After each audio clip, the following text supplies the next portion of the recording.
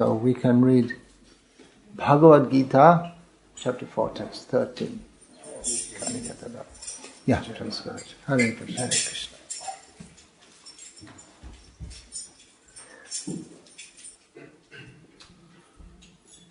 Om Namo Bhagavate Vasudevaya. Om Namo Bhagavate Vasudevaya. Om Namo Bhagavate Vasudevaya.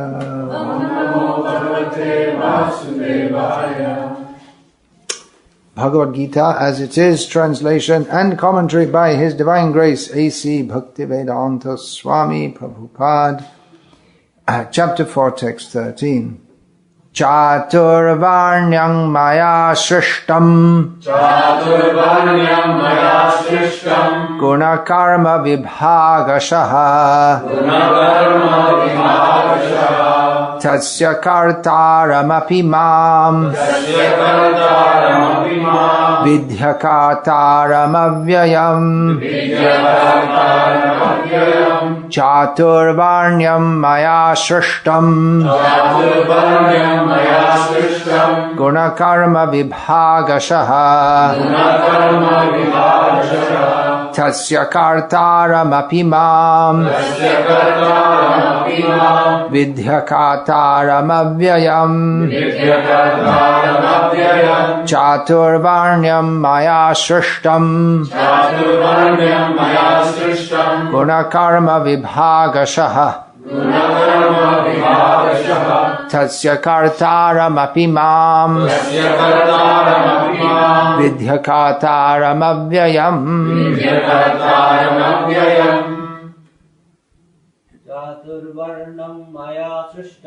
Chaturvarnyam maya shrishtam guna karma vibhagashaha tasya kartaramapi mam vidhyakataram. You can see the Sanskrit there? Pull it down a bit so that all the Sanskrit. You read Nagari script? Vidhyakataram. Vidhyakataram avyayam. Chaturvarnyam maya shrishtam. Chaturvarnyam maya shrishtam. Guna karma vibhagashaha. Guna karma vibhagashaha. Tasya kartaramapi mam. Tasya kartaramapi mam. Vidhyakataram. Vidhyakataram avyayam. Chaturvarnyam. Chaturvarnyam. Chatur. Chaturvarnyam mayam shrishtam. Chaturvarnyam maya shrishtam. Guna karma vibhagashaha. Guna karma vibhagashaha. Tasya kartaram apimam. Tasya kartaram apimam. Vidyakataram avyayam. Vidyakataram avyayam. Translation. According to the three modes of material nature and the work associated with them, the four divisions of human society are created by me. And although I am the creator of this system, you should know that I am yet the non-doer, being unchangeable.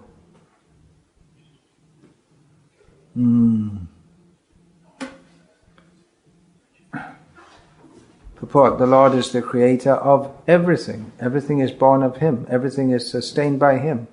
And everything after annihilation rests in Him. He is therefore the creator of the four divisions of the social order, beginning with the intelligent class of men, technically called Brahmanas due to their being situated in the mode of goodness.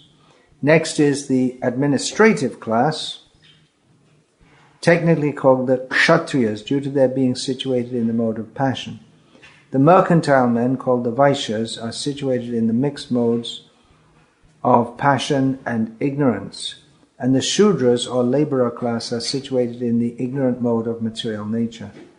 In spite of his creating the 4 divisions of human society, Lord Krishna does not belong to any of these divisions because he is not one of the conditioned souls, a section of whom form human society. Human society is similar to any other animal society, but to elevate men from the animal status, the above-mentioned divisions are created by the Lord for the systematic development of Krishna consciousness. The tendency of a particular man toward work is determined by the modes of material nature which he has acquired. Such symptoms of life, according to the different modes of material nature, are described in the 18th chapter of this book. A person in Krishna consciousness, however, is above even the Brahmanas.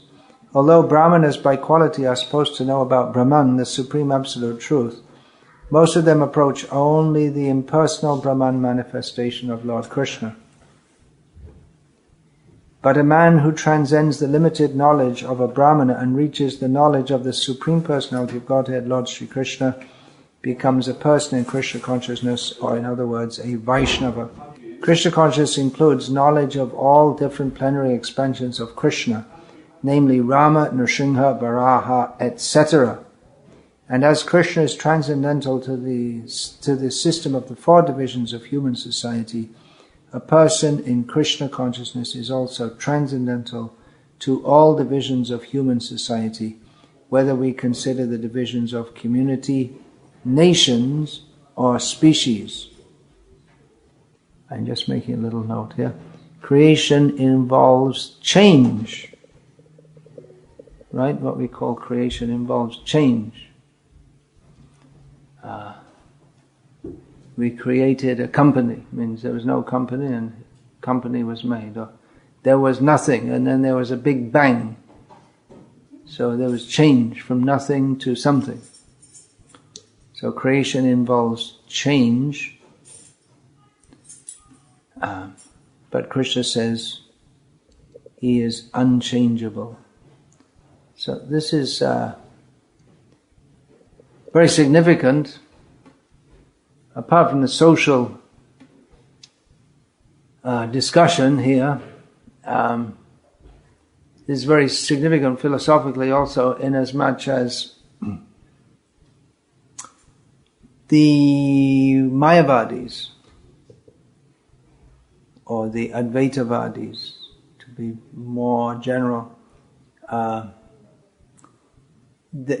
because Brahman is unchangeable, that's accepted in Shastra, they say that this Brahman is one. Vedanta teaches that Brahman is one and Brahman is unchangeable.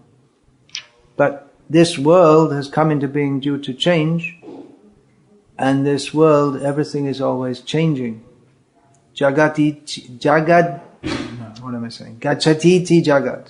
That which always moves is called Jagat. So movement means change. So if Brahman is only one, and Brahman is not changing, unchangeable, and we see this world, everything in it is always moving. Even the modern scientists say everything is always moving. There's nothing which is still. At the subatomic level, there is no. In one sense, there's nothing solid. It's all just energy. So everything's changing. So that means that this world, if we're to follow the Vedic conclusion, doesn't exist. It can't be, because it doesn't fit the description of Shastra. Therefore, it's all an illusion.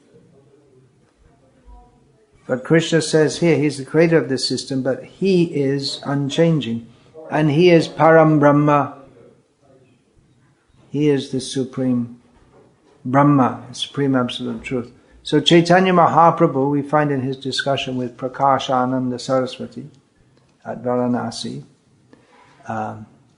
he upheld, in opposition to Shankaracharya's Kevaladvaitavad, there's only oneness. He gave the Shakti Parinamavad, that Brahman is unchanging, but the energy of Brahman changes.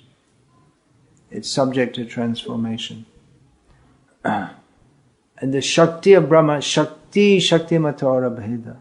The Shakti, the energy and the energetic are non-different, but the energy is subject to transformation, not Brahman himself. And that brings in the Achintya Bheda Bheda Tattva. The Brahman is unchanging. The energy of Brahman, the external energy, is subject to, or by very nature is full of change. And so it's different from Brahman and not different also. So that's a philosophical aside.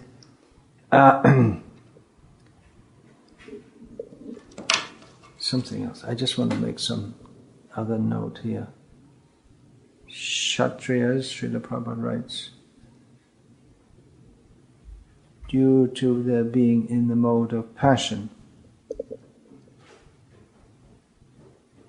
And also he writes, Srila Prabhupada writes, a section of whom form. See, every time we read this,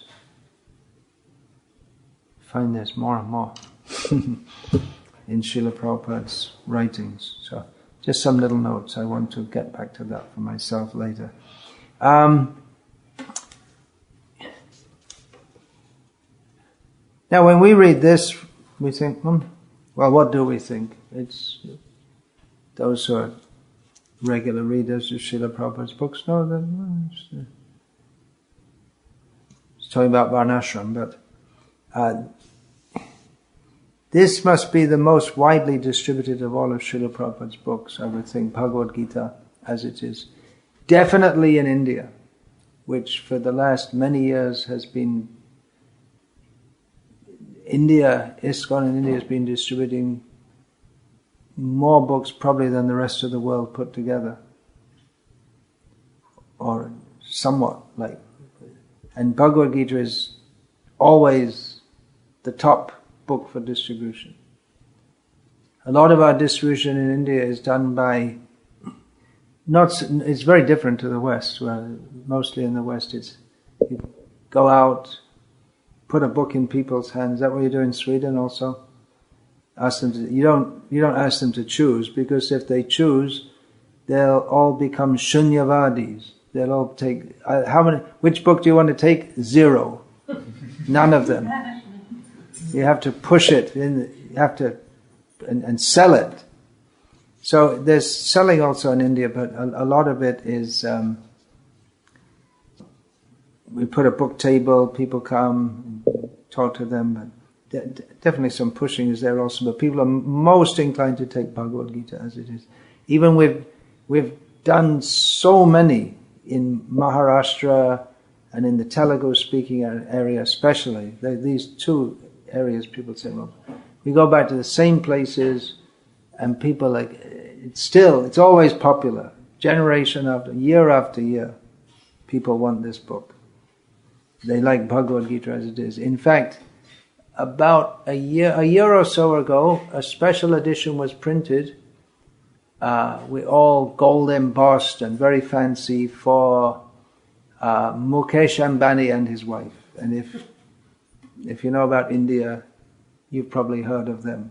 They're prominent business people, some of the richest people in the world, even though they're mostly in India. Reliance. So they chartered, what's the word for that? They commissioned an edition to be made to give to their friends. And one of our devotees asked, well, why did you choose this edition of Bhagavad-gita? And Mrs. Mukesh, whose name I don't know, maybe some of you know. What's her name? Neetam. Anita. Nita or Anita? Well, there's a difference of opinion over this, but it doesn't really matter to the topic of our discussion. It's interesting, in India you get names, they can be completely opposite. Someone can be called Dhira, someone else can be called Adhira, Nitam, Anitam, like this. That's Beda Bed Tattva. So she was the one, it seems, behind it, and she replied, well, when you think of Bhagavad-gita, you think of the ISKCON edition. So you can see how deeply it's gone into the culture, Srila Prabhupada's Bhagavad-gita as it is. Even though there are so many editions. Previously, a generation ago in North India, when people thought of Bhagavad-gita, they'd think of the Gita Press Gorakhpur edition. But now it seems it's what she calls the ISKCON edition, although technically it's the BBT edition. So some have been distributed. Now ISKCON's distributed 500 million books, and worldwide since late 1960s. Book distribution really began in the early 1970s. What's going on there? Yeah? And Bhagavad-gita is the most distributed book. Vijay Prabhu, who's ISKCON's world minister of book distribution, he notes that Bhagavad-gita seems to make devotees in the Western world more than any other book. He often asks people, how did you come to Krishna consciousness? Was it through a book? And it seems that Bhagavad-gita as it is has that effect, which might be somewhat unexpected, because even to look at it, for someone who's not familiar with all of this, it looks a bit forbidding with all this Sanskrit and Sanskrit script, and then the Sanskrit script is translated into or written in Roman script, or what we might call English script. And if you look at that, and it's got all these lines and dots, and it doesn't look like it's going to be an easy read. I remember we, many years ago, distributing Sri Ishopanishad in Ireland. And particularly one day a year, there's the Farmers' Day. And farmers come from all over Ireland. I don't know if they still do. They used to Dublin for some big meeting or whatever. And we were selling them. And many from the far west coast of Ireland, where Irish language, Gaelic language, is still spoken, many people would look at the Sanskrit and say, is this Irish?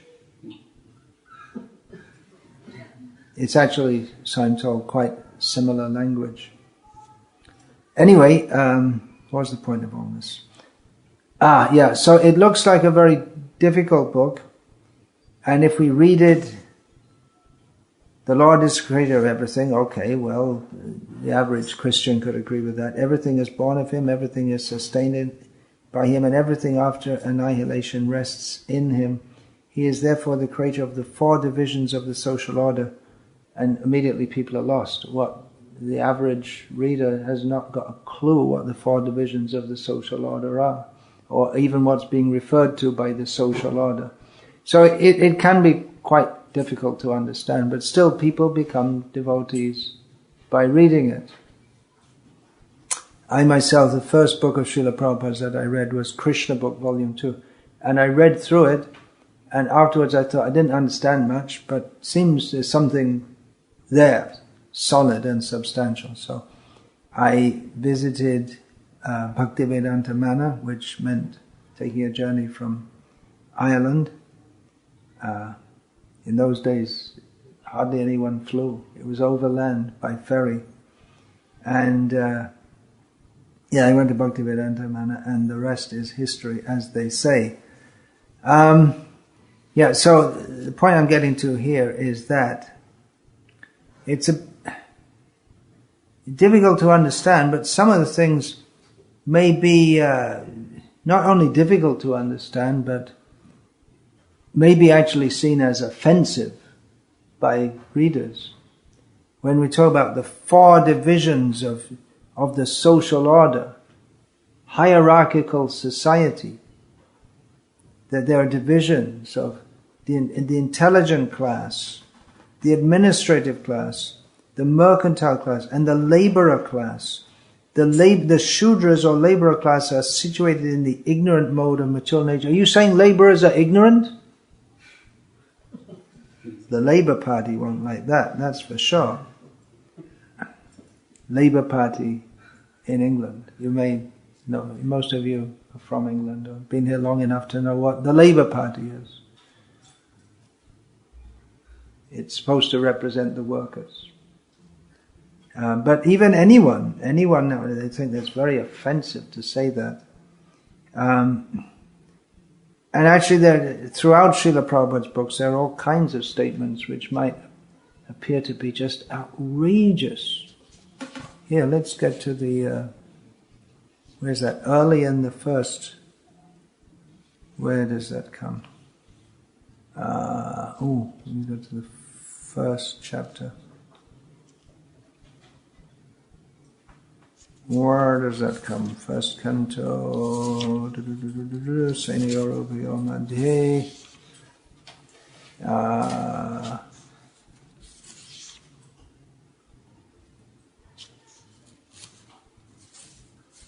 Maybe I've gone too far. I think it comes earlier than that.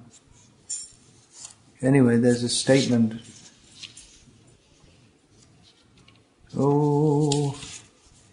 Should know the books, Prabhupada said, as the lawyer knows his books. I take that to mean you may not know every word of it, but you know where to find what you want to find.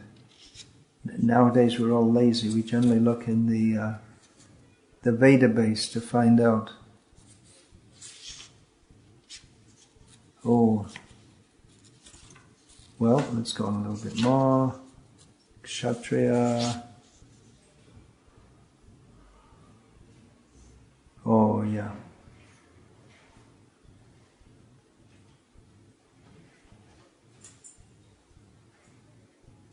Srila Prabhupada's purport to text, chapter 1, text 40. Good population. Well, let's read the Adharma bhavavat Krishna pradushyanti kula striyaha strishu dushtasu varshneya jayate varnasankaraha. When irreligion is prominent in the family, the women of the family become polluted, and from the degradation of womanhood, O descendant of Vrishni, comes unwanted progeny. Women become polluted.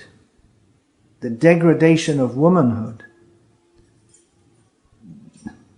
What do you think? How would that go down, generally? Even to say, the very concept that women can become polluted and degraded, how can you say that? And from them come unwanted progeny. The common English word that used to be there, it's a swear word, bastard, which means the son of an unmarried mother.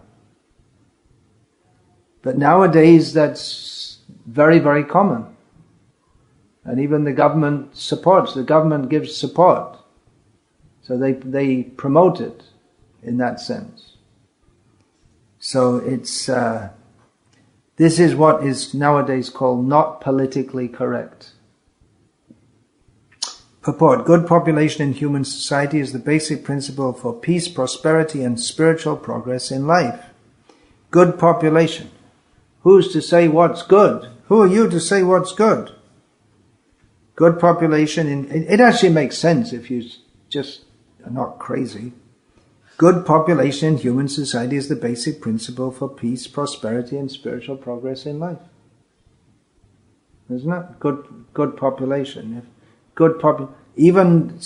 people are not interested in spiritual progress, they may be interested in peace and prosperity. Good population means those who are willing to work hard and in a regulated manner.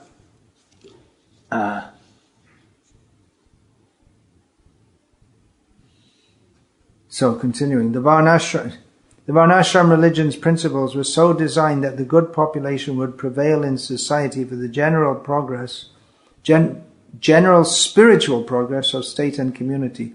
Such population depends on the chastity and faithfulness of its womanhood. This is not going to be very popular. Let's go on. It's getting more and more unpopular. As children are very prone to be misled, women are similarly very prone to degradation. Therefore, both children and women require protection by the elder members of the family. By being engaged in various religious practices, women will not be misled into adultery. According to Charnakya Pandit, women are generally not very intelligent and therefore not very trustworthy. So the different family traditions of religious activities should always engage them, and thus their chastity and devotion will give birth to a good population eligible for participating in the Varnashram system. On the failure of such Varnashram dharma, naturally the women become free to act and mix with men, and thus adultery is indulged in at the risk of unwanted population. Irresponsible men also provoke adultery in society, and thus unwanted children flood the human race at the risk of war and pestilence. So that links with the verse that I started this talk with. Chato Varnam Maya Shrishtam, the talk of the Varnashram system. So going back to Arjuna's worries about how society he was afraid that if all the Kshatriyas who protect society are killed, then demoniac men would take advantage of the unprotected women, and the combination of low-class men with unprotected women would produce unwanted progeny. Now, these ideas, we can say at least, are very, very different to what are commonly considered to be proper at the present time. And people can get very upset, as we just saw, if we discuss these things, even if we try to discuss them in a reasonable way, as we saw in Brno just the other day, where one visitor after class challenged me about why are the women in the back and the men in the front, and I just started to explain. And I don't think anyone could say it was in any way a fanatical way, or I just said that the men and women are equal, but there are different social roles, and he became very upset and just walked out. And you went to see that he wasn't going to smash anything on the way out. And he said, "I'm disgusted." It's very difficult to preach all these things. We're distributing these books, but in the Western world at the present time, it seems to be very difficult to... This idea of hierarchical, structured society, Marxist concepts have very deeply entered Western society. And in India also, modern Indians, they're probably the greatest opponents of re-establishing Varnashram, because they think, caste system, very bad. And actually the caste system in many ways is very bad. But then, of course, Srila Prabhupada wasn't presenting the caste system that is inflexible by birth, and the upper castes oppress the lower castes. So this idea, that is not a good idea, but that's not what we're presenting. Also very prominent in India at the present time is, and it's very strongly being promoted, even by the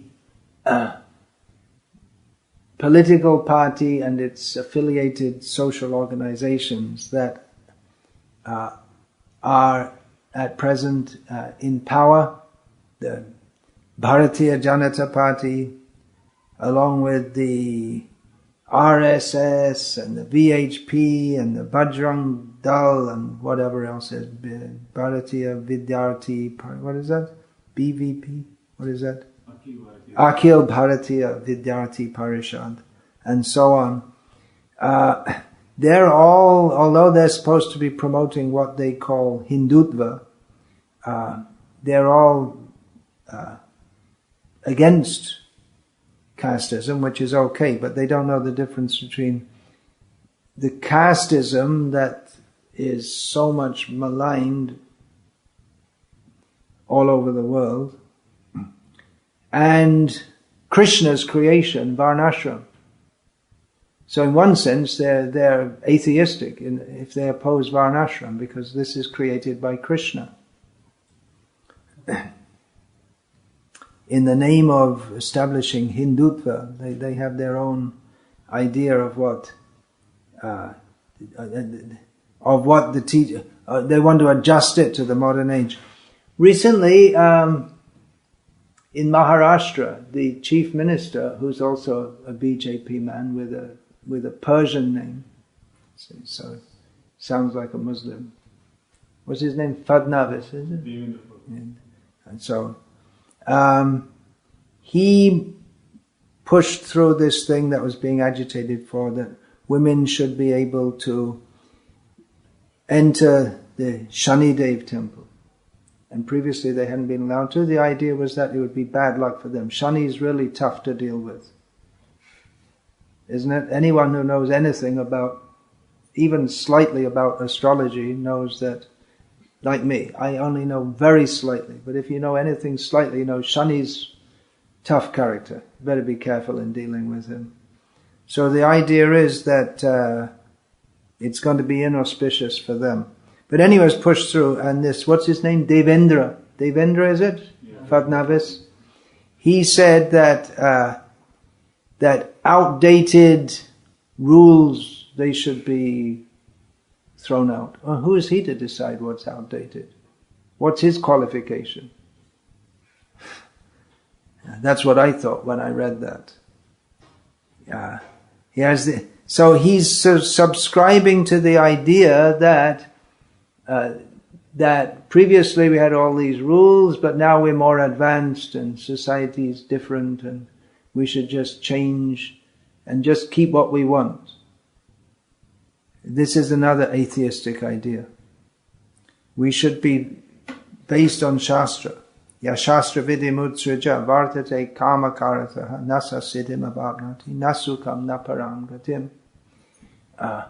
Those who discard scriptural injunctions and act according to their own whims can never attain nasa siddhim abhavnati. They can never attain perfection, nor happiness, nor the supreme destination.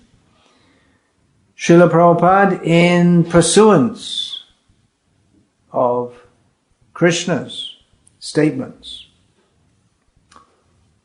wanted to re-establish pristine Varnashram as far as is possible in Kali Yuga. Because that is the system created by Krishna.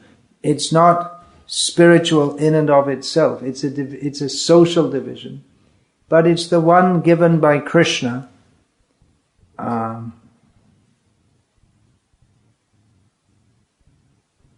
There's another point. Yeah, we can link this 413 with Purusha Sukta.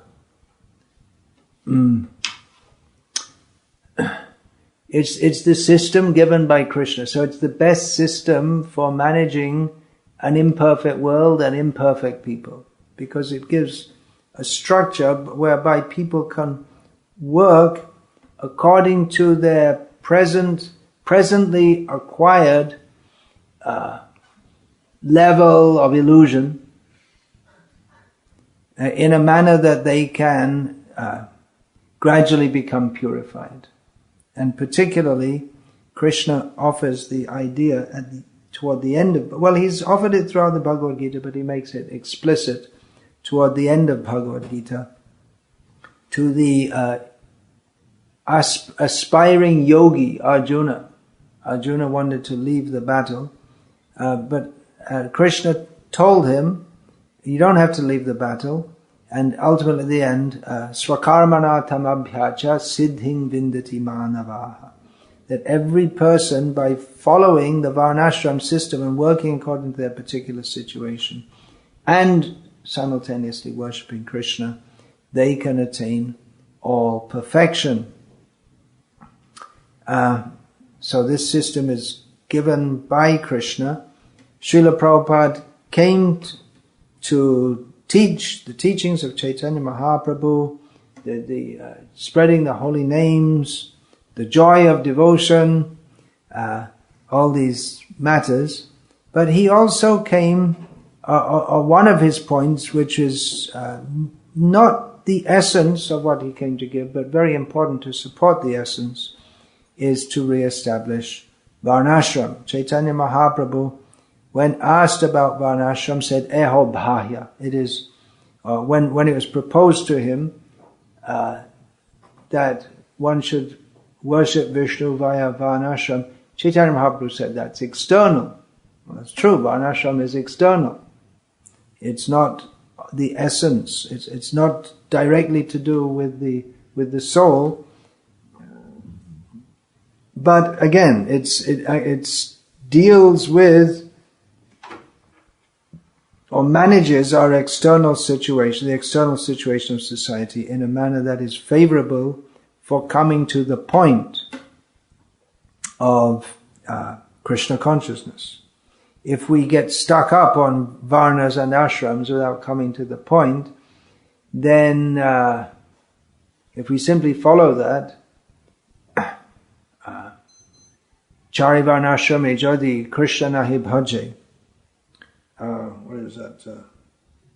Swakarma korite Raurave parimaje. If one follows the Varnashram system without worshipping Krishna, even though you do your work very nicely, you fall into hell. Says Chaitanya Mahaprabhu, echoing Srimad Bhagavatam. So the Varnashram system is not of the essence, but practically it is also, inasmuch as we require that to maintain society in a manner that is suitable for bringing everyone to Krishna consciousness. And of course, Srila Prabhupada, he wanted to bring the whole world to Krishna consciousness. Now, it is a lot easier to tell people about the joy of devotion than to talk about Varnashram. Because people are interested in happiness. So if we tell them chant Hare Krishna and be happy, they like the be happy bit. Mm-hmm. So if chanting Hare Krishna makes you happy, okay, give it a try. We tried so many other things. Let's try chanting Hare Krishna also. So it's relatively easy to preach like that. Mm. If we tell them that happiness in Krishna consciousness requires abnegation of all endeavors to be happy on the material platform, they may not be so happy. We can call people for kirtan. They may like that. We call them for prasadam. They may like that. We find often people are attracted to kirtan and prasadam. But if we tell them no meat eating, no illicit sex, no gambling, and no intoxication, they may not be very happy to hear that. But that's also required to discuss that. We may think that, well, okay, let's tell people to chant Hare Krishna and be happy. But we see that Srila Prabhupada did discuss all these other points also. It's described in that Srila Prabhupada Lilamrita, how Srila Prabhupada preaching among the hippies, among whom what do they call that? Free love? Free love, what is the word? I can't remember. But their idea was that, just love, and just love each other. Put flowers in your hair. If you go to San Francisco, be sure to wear a flower in your hair and all this kind of thing. With the idea, let's just be happy and all mix up and have sex. But Srila Prabhupada taught them that no illicit sex,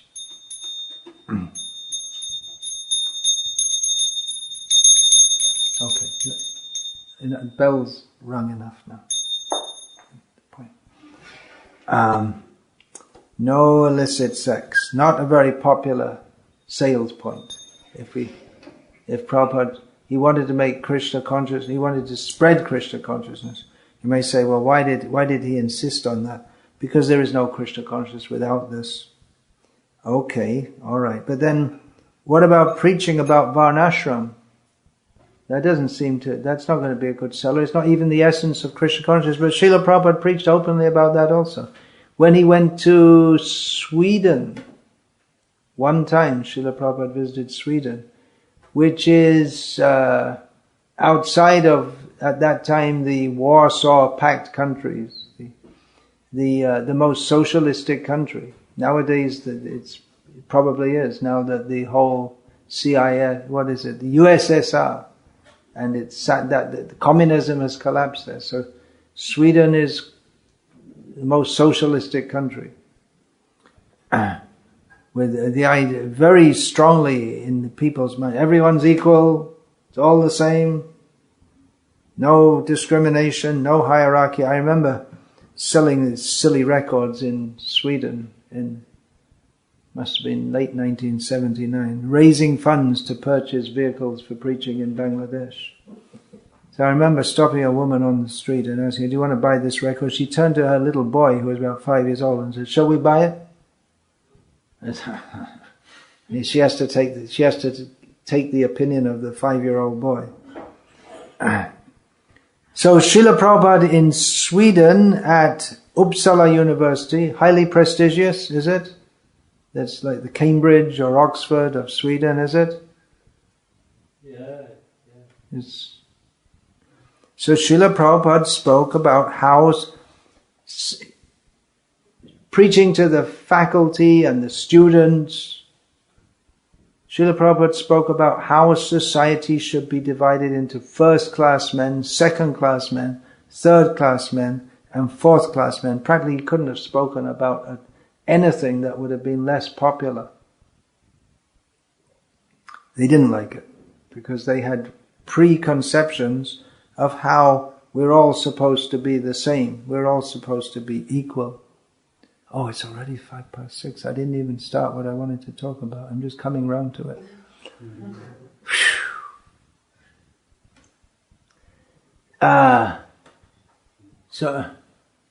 And at the end, one man indignantly, and to get a Swede indignant, you have to really poke them, because they pride themselves on being very calm. Is it? Emotionless, blocks of ice. Sorry to insult the Swedes, but someone should do it. Apart from the Norwegians and the Danes and the Finns. Sorry, shouldn't make racial jokes in classes.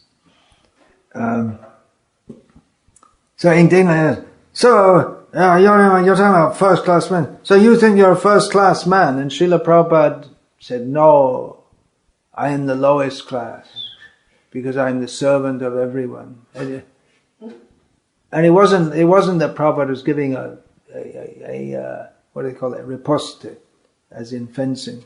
It wasn't that he had it all worked out, and it just came naturally, automatically to Srila Prabhupada. To think himself the lowest of all. But the point I'm making here is he didn't shy away from making such a presentation. Similarly, I was recently told by my godbrother Guru Gauranga Prabhu, who I met recently in Switzerland, that when Srila Prabhupada, he came to Geneva, and Srila Prabhupada knew that Geneva was, even though a small city, it's important because the United Nations, UNESCO headquarters are there. And at the time it was more important, I think, United Nations in the world than it is now. People used to take it more seriously than they do now. And Srila Prabhupada met the mayor of Geneva. That was arranged by Guru Gauranga Prabhu. And Srila Prabhupada spoke to him about the Varnashram system. about how society should be organized like this. He wanted to impress upon the leaders of society the importance of organizing society in this way.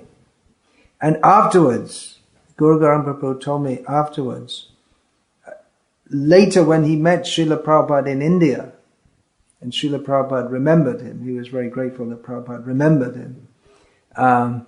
He actually called for Guru Gauranga Prabhu and asked him, so did the mayor of Geneva, how did he receive that? I spoke to him about that. So this made an impression on Guru Gauranga Prabhu that Srila Prabhupada had not only actually spoken about that, but he was interested to know how this important person had received that message. In other words, he was very interested to communicate this to the leaders of society. Now, why am I bringing this all up?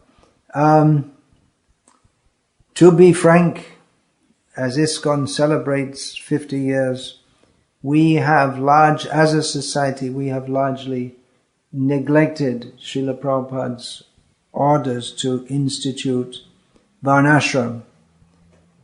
There may be various reasons for that. One reason I can imagine is that it's not likely to be well received. If we tell people, everyone chant Hare Krishna, then at least some of people may do so.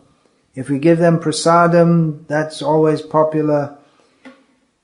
If we do, you're speaking to me about yoga classes, people come for yoga, okay, yoga, great. If we speak about organizing human society according to if people can at all understand what we're talking about, they'll think it's some archaic Indian system of governance that has, what's the relevance to modern society? It seems like it's not a good sell. It's not a good selling point.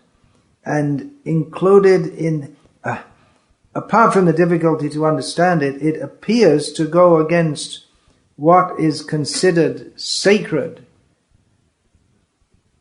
Although it's a bit difficult to say. It's sacred in the secular society. Secular society means they don't hold anything sacred, but as sacred as they could. The idea that all men are equal, all humans, not men, all men and women. I'm going through a commentary on the Yoga Sutras of Patanjali by Edwin Bryant, who was initiated in ISKCON many years ago, and I'm particularly going through that because I'm interested in studying Bhagavad-gita, and it's a book about yoga, and it's not about yoga. It's not about doing physical exercises. It's comprehensive. Karma yoga, jnana yoga, dhyana yoga, bhakti yoga. There are various yogas mentioned in Gita and elsewhere. So it's actually, I'm finding that commentary very useful for that purpose that he's given. But one point I note is that he always talks about the yogi when he or she, but yogis, the yogis in the Patanjali system were always he's, not she's.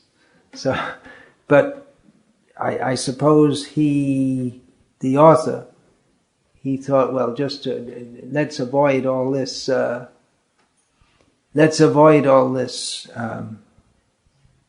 controversy and just say he and she. Of course, the term yogini is there, but that, as far as I know, that would mostly be in Tantra, left-wing Tantra. The practice of yoga, of Patanjali yoga, especially that the yama, niyama, asana, pranayama, dharana, I'm missing one. Dharana, dhyana, samadhi. I'm missing one. Pratyahara after pranayama. Yeah. So that Ashtanga yoga, that was to be done by men, not by women. So this whole the idea of the role of women and that there's a laborer class of men who are considered to be in the mode of ignorance, and even beyond the Shudras, who are pretty much not considered very highly, there are others also who live outside the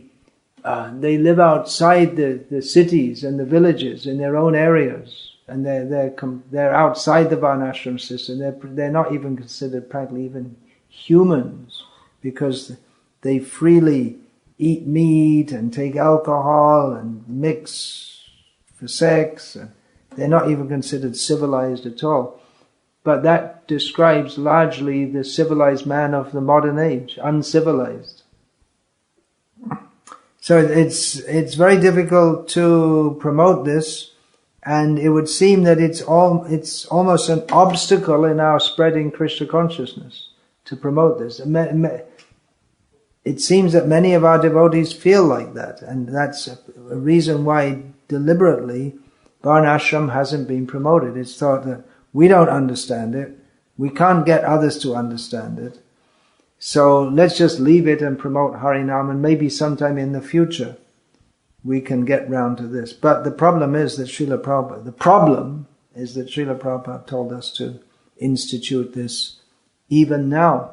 Immediately, he said, in 1974, I believe it was, we should immediately have Varnashram colleges at all our centers, and he was promoting very much these farm communities. Not that Varnashram is only for farms, but Varnashram society, like all societies before the Industrial Revolution, were agrarian based, and even actually industrial societies are also, because you have to eat.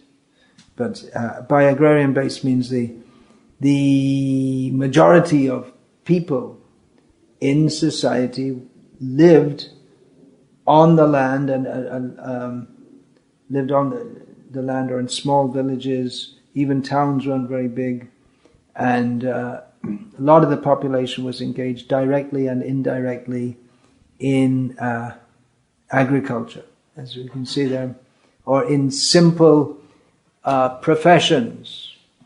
Even if we find the many English names up to the present day, there's farmer, obviously. It's not so. Anyway, it's an English surname. Gardener. But apart from that, there are names. Shepherd is a common name. So these are all names connected with agriculture. Butcher, that also, because killing the animals, they're also butcher. And then we have skinner, skinning the animals. Tanner, tanning the skins. Shearer means shearing the sheep. Thatcher is also making houses and putting the thatch roof, the traditional system. And the thatch is taken from the crops, the straw. Mason means a skilled artisan, mostly in building the buildings. Farrier, that's not such a common name, but that was also essential for the horses, means whom puts the horseshoes.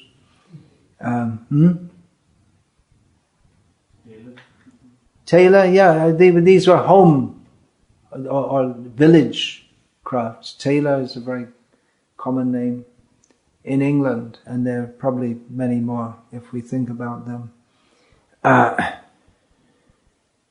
So many of the surnames in England, they refer, and of course Smith, Carter, these are very common names. They refer to village craftsmen. Not the Carter, but the Smith. Wright is a village craftsman, particularly concerned with the carts of the carter. So we can see that was that simple village. Potter, there's another one, Potter. These are all, and of course there'd be others like cook, butler, baker. These are names of professions, and many others also. Priest, parson. They're not exactly village based, but they're religious based. And there are many like that. Priest, parson, abbot. These are English surnames. So they're professions in the traditional society. Farmer, yeah, I said that at the beginning. Yeah. If we think about it, probably there are many more. Elliot, I don't know what that means, but it's not obviously concerned with a profession. Fisher, yeah. Fisher, a lot of, probably originally the fishers were mostly inland fishers. The dangerous seas off England. Anyway. So it was an agriculture-based society, and it had, so Srila Prabhupada wanted to introduce that.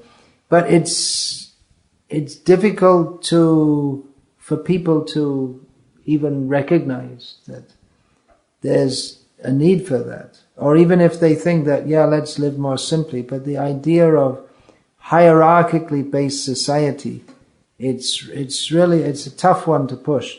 But if you think, as Srila Prabhupada presented very reasonably, that people are different. The idea that everyone should be treated the same, it's not a very good means of organizing society.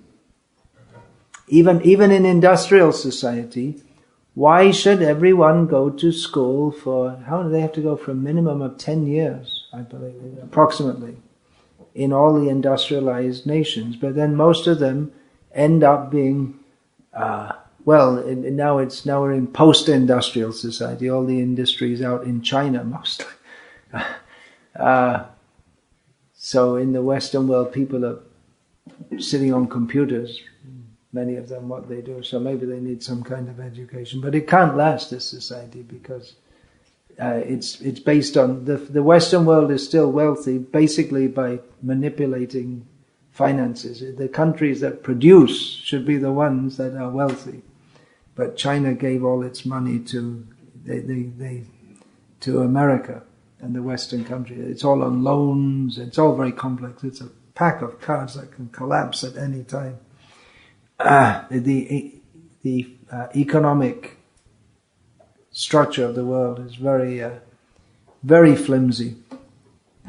But anyway, considering that most of the people of the world are going to be, even in industrial society, factory workers, taxi drivers, you're not required to go to 10 years to school to drive a taxi. In fact, you don't need to go to school even for 10 days.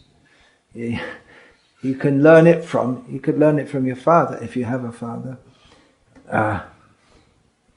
It can be taught very simply and quickly. Of course, you need to know to read is helpful.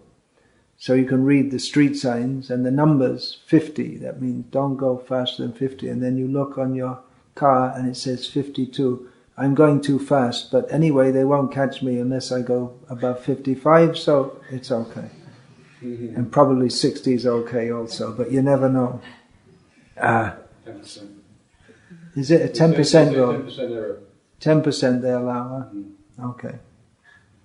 So you don't need all this. Prabhupada made this point, you don't need all this education. Why does everyone have to have such a big education if most of them are going to end up just doing something which doesn't require such a big education? And even most of the education that people get is useless for what they're going to do in future. If you can remember what you studied at school, if at all you can remember it, you'll know that it has very little relevance to what you're doing now. So Srila Prabhupada made this point. You're wasting you're spoiling the lives of the children by sending them to school. But it's thought around the other way. If you don't send them to school, you're mistreated. It's worse, child abuse, not to send children to school. You have to send them to school so they can get ahead in life. They can have an opportunity. But the opportunities are all defined by the economic system, which makes you a part of you don't have any opportunity to define the system. You just have to fit into it. They talk about freedom, but you have the freedom to It's limited by the opportunities that the society itself presents. So Srila Prabhupada had very revolutionary ideas, and they are difficult to even our own devotees, in many cases, for many devotees to understand. Now, I think we put the arti a little later. How about that? Yeah, that's fine. There's no daily arti here. Yeah, you can push it later. So establishing this Varnashram is a major order of Srila Prabhupada, and as his followers, we have to take that very seriously and try to do that. Some of the important injunctions they concern, and some of the important injunctions and some of the most generally unwelcome injunctions concern the role of women. And it's not very difficult, it's not very difficult to understand when Srila Prabhupada says that there are different kinds of people. So they should be organized as such and treated differently. The intelligent class, by intelligent we don't mean only the people who have what they would call the IQ, but persons who are philosophically interested to understand the purpose of life. People who are interested in purification of consciousness. They should be brahmanas. They should be designated as such and treated as such and given special position that they don't have to work for a living. They should be supported by everyone else. But at the same time, they should be ready to live very simply. Not that they deliberately live very simply, so that they can minimize their material needs, so that they can absorb themselves in study, so that they can give back to their knowledge to human society and guidance. And then there are people who are natural leaders. It seems less and less so in the modern age, with the TV and everything just makes everyone stupid. The internet, dumbing down of society. So we see less and less enterprising people, or people who can take charge, because everyone's trained just to be a pawn in a cog in the big industrial or economic machine. But there are people who have natural leadership qualities that should be specifically encouraged. People who can organize the production of food. That's the first. Vaishya, we think of business, but their first business is Krishi, Goraksha, and Krishi means agriculture. Goraksha means cow protection. And number 3 is given Vanija, business. So Vaishyas, they're meant for these activities. And there are other people who are happy working for others. If you try to make them the boss of a company, or try to make them into an intellectual, they can't do it, and they feel uncomfortable. They make a mess for everyone else. They're well situated, doing some menial work, or maybe as an artisan, like this. Also dance, drama, all these things. That comes under the Shudra category. So Srila Prabhupada says it's a scientific division. Different people have different propensities and different abilities. So that's understandable. But then the role of women, it's understandable, but people don't understand it. It's difficult for them to. Then the role of women by nature dictates that in the normal course of events, they become mothers, and they have to look after the children. That should be a full-time job. In the modern age, it need not be, because with artificial contraception, you don't have to have many children. They're a headache. You can send them off to the kindergarten and go to work, and But then the role of mothers has been vilified by feminism and said it's just stupid being a mother.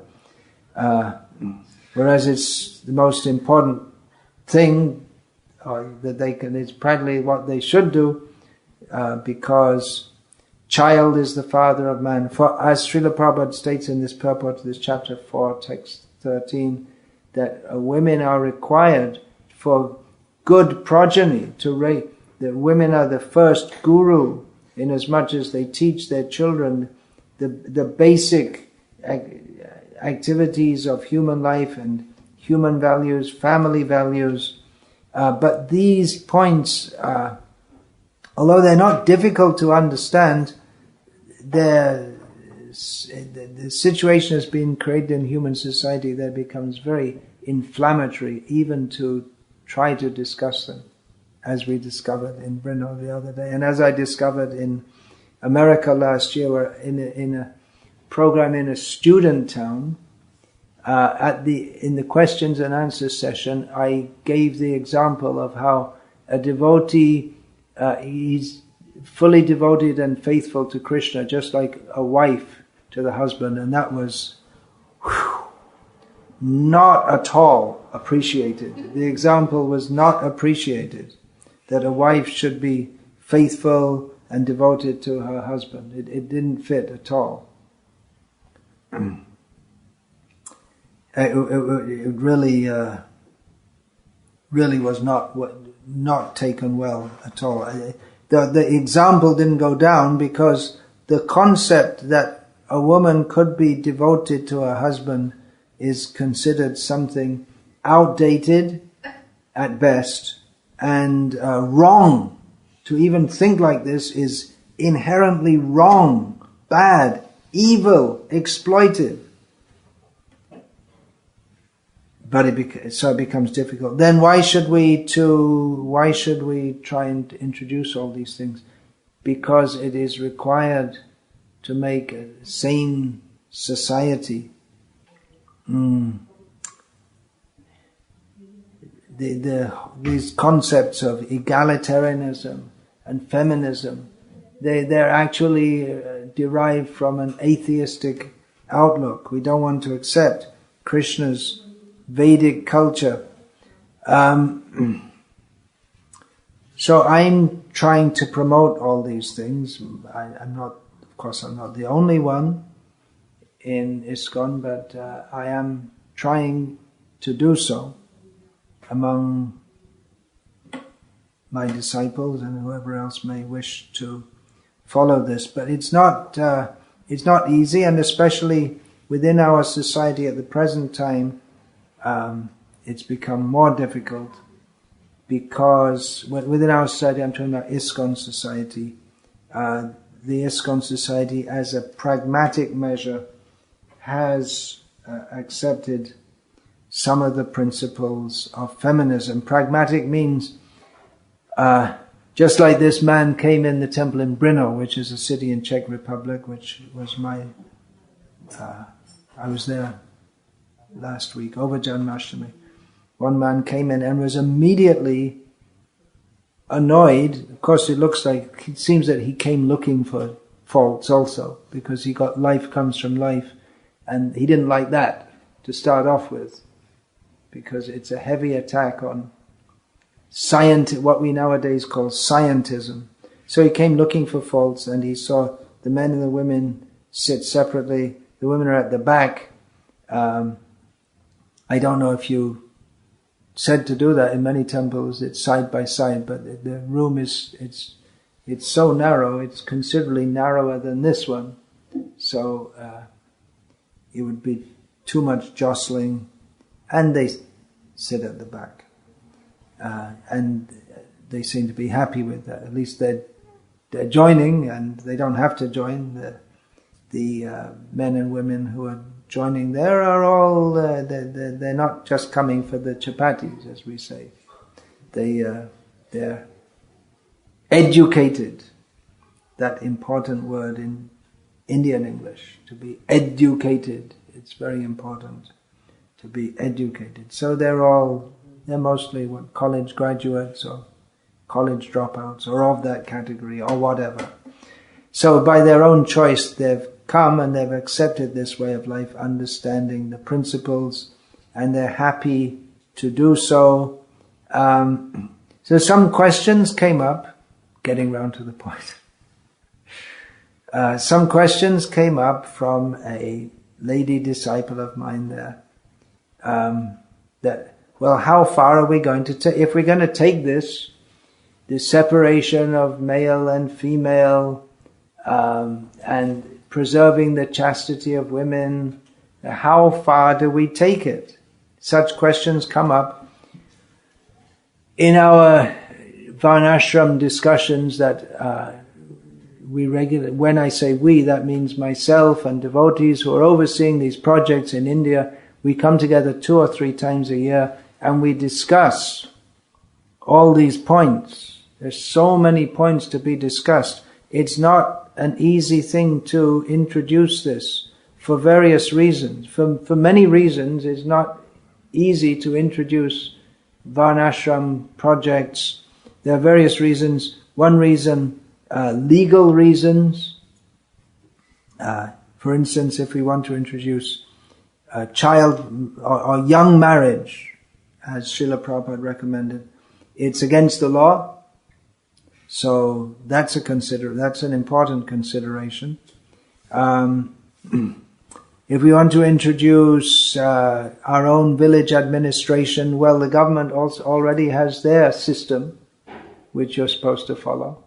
So that's also a consideration. Financing the whole thing. Living simply is very costly when you have to purchase the land and build buildings. And land in India is very expensive. If the whole ISKCON organization got behind it, it might be easier. But then we find we may not. How far do we interact with the whole ISKCON organization, which at the present time is not very favorable to these concepts at all? So we'd rather be independent in many ways. So there are many such discussions. One point that comes up is how far do we push this separation of men and women? There's some devotees were interested in North India that we should institute that the women should have their face covered as now when they come in public. Hare Krishna. Now in North India means we have one farm community in North India, and that was started as a pilot project just outside Baroda on land, and adjacent to that was farmland which was being rented by a family, means 2 brothers with their wives and children from Saurashtra. And when I came there, I used to stay with them, with those people who were renting, because we didn't have facility. When I visited that project, I would stay there because we didn't have facility for me to stay. So I'd stay with them. And the women, the families would come out to me. I'd give them prasadam and they'd greet me. And the women would come. These are young, 30-something years old women. So the culture is still going on. They'd come with their face covered. That culture is still going on in parts of Gujarat and Rajasthan, and maybe in some other parts, Haryana, maybe parts of UP or whatever. So the question came up, then should we institute this? I said, well, let's take it a little carefully, because not everyone may be ready for that. So the same question came up recently in Czech Republic. One of the Matajis who is very seriously practicing Krishna consciousness and wants to do everything rightly and in the proper way, said that, well, maybe in future then women won't go on Harinam. Because we see in Chaitanya Mahaprabhu's Sankirtan party, it's not there. If you see the descriptions, it's only men. What was the other thing she asked about? Can you remember? Deity worship. Deity worship, yeah, in the Western countries. I've been asked about this several times. Would you take the women off the altar? Probably most of ISKCON's deity worship would collapse if we took the women out, because many of them are holding it up. They're keeping it going by their dedication and hard work.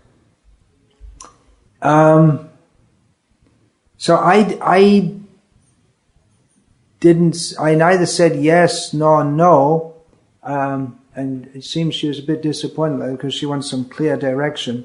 But in many ways, to give a clear direction, I'm a little afraid to do so, because Srila Prabhupada, he himself said, so we're told by Brahmananda Prabhu, that Prabhupada said, I'm experimenting.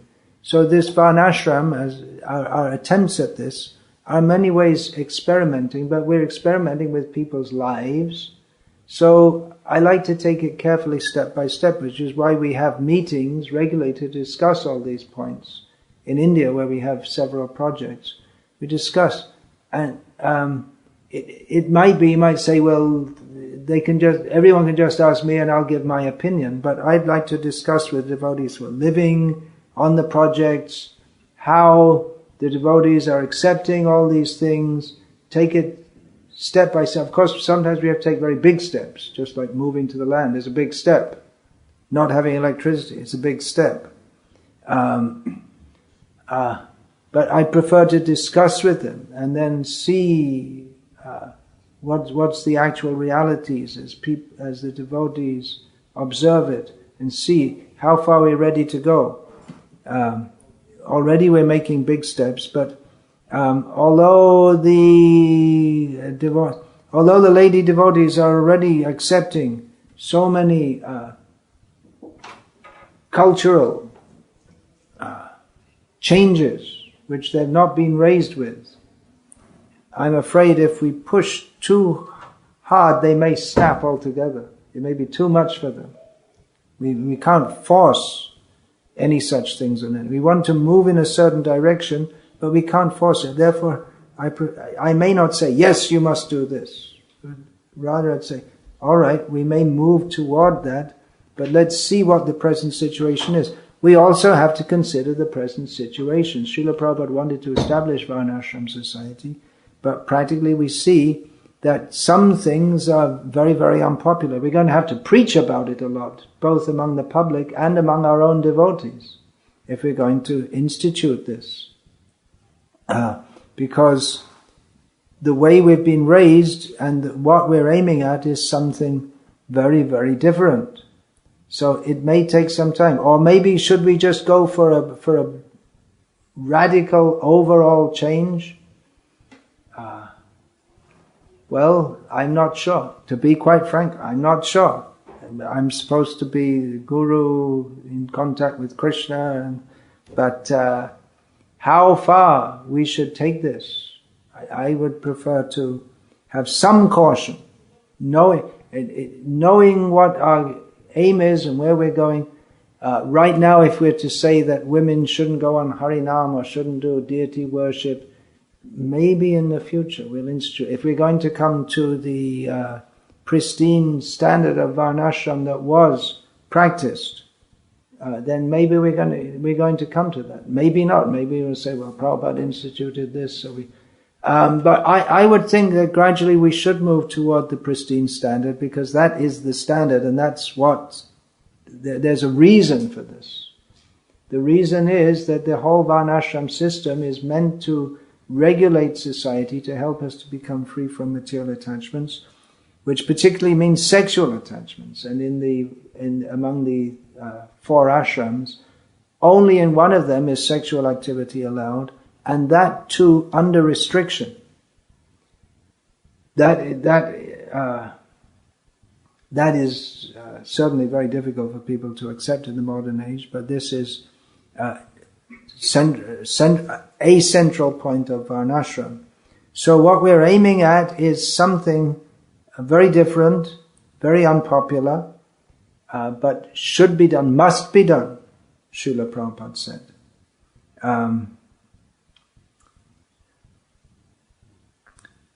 I also wouldn't, it may be also that there are, I know of cases of women who have joined our movement in the Western world. One reason is because they want that kind of situation described in the Vedic, in Vedic literature and Srila Prabhupada's books.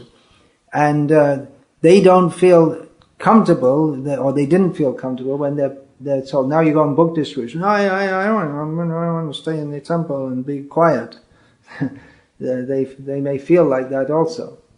They may not want to be out in the front lines like that.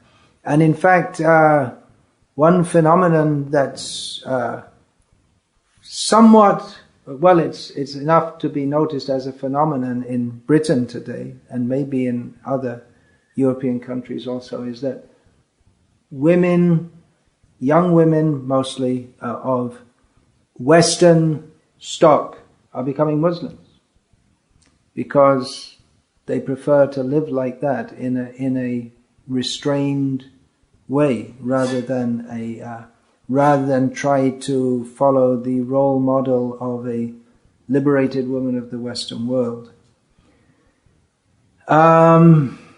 Where's all this discussion going to? The point is that we have to institute this. We must do it, which means it's a struggle in many ways. But at the same time, we can find that the beginnings, when we take it up, even in the beginning stages, there is some immediate result. The result is that devotees become happy. Why? Because they're following Krishna's system. If they take it up wholeheartedly, they become happy. Srila Prabhupada, he wanted to start the Varnashram revolution with farm communities. And actually we find the devotees who are prepared to accept the austerities of living on the farms become very happy. Why is that? Well, there are various reasons for that. One reason is that they actually get more time for hearing and chanting about Krishna, which makes us happy. And they're living very simply without so much stress and anxiety and the competition of modern life. So we actually see that devotees are becoming very happy by doing so. So if I'm asked about what should we do, how should we do, I may not give a clear answer immediately. Not that I'm just avoiding it, but in any such discussion, I'd prefer to meet with the various leaders, take the pulse of all the devotees, see how far we're ready to go, and then conjointly make a decision, rather than just off the top of my head say, okay, this is the way it has to be. After all, it is a Sankirtan movement. We're all coming together to glorify Krishna and to act on Srila Prabhupada's plans. One thing I'm trying to promote within my capacity, within ISKCON, and should be outside of ISKCON also, but at least at first within ISKCON, Varnashram Dharma. Another point that I've written a book about this on speaking strongly in Srila Prabhupada's service. So you may think, well, that's something different. Speaking strongly means you call them all fools and rascals, and the scientists are a bunch of atheistic scientists are a bunch of demons. So that's something, and Varnashram is something else. But actually the two must go together. Without speaking strong, without preaching strongly, we're not going to be able to establish Varnashram.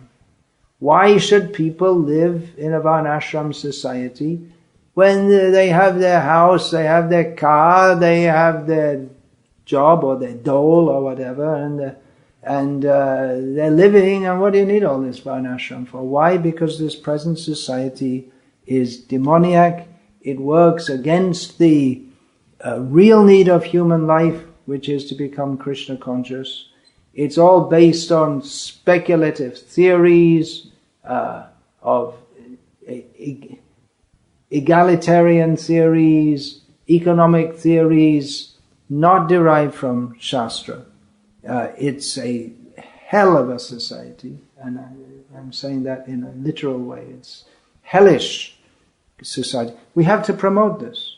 What's the value of this society? People are sorry, Britain, rule Britannia, Britannia rules the way. Oops, that was 100 years ago. Anyway, there'll always be an England, maybe not a Scotland, but Britain, it's great. Great Britain, Great Britain. It's a hell. It's not just the weather, but the whole concept of life. We shall be happy by being British and drinking beer and eating bacon and eggs and pinstripe suit for some and Manchester United for others. And this is Britain. Joy. No, it's useless. It's this national pride, or the whole idea, factories and the whole idea of life without being God-centered, without understanding the purpose of life. This is a misuse of the human form of life. This should be promoted. Otherwise, why should people go and live in a simple way, restructure the society, radical restructure? We have to preach strongly among our devotees and among non-devotees also. Now, 50 years of ISKCON is being celebrated with the motto, the joy of devotion. Okay, but we have to make it clear that joy, it's not just one choice. Okay, there's the joy of devotion, there's the joy of bacon and eggs, there's the joy of Manchester United, there's the joy of pinstripe suits, there's the joy of being British or French or Russian. It's all nonsense. This is the only this actual life is in Krishna consciousness. That has to be preached also. Otherwise, why should people take... Varnashram is not an aim in itself, but it is something that Srila Prabhupada promoted very strongly, because without that, it's difficult to organize society in such a way that Varna Sankara won't be promoted more and more and more. The whole world will become more and more and more hellish. So there are a few thoughts on that, and I guess we can have Arati now.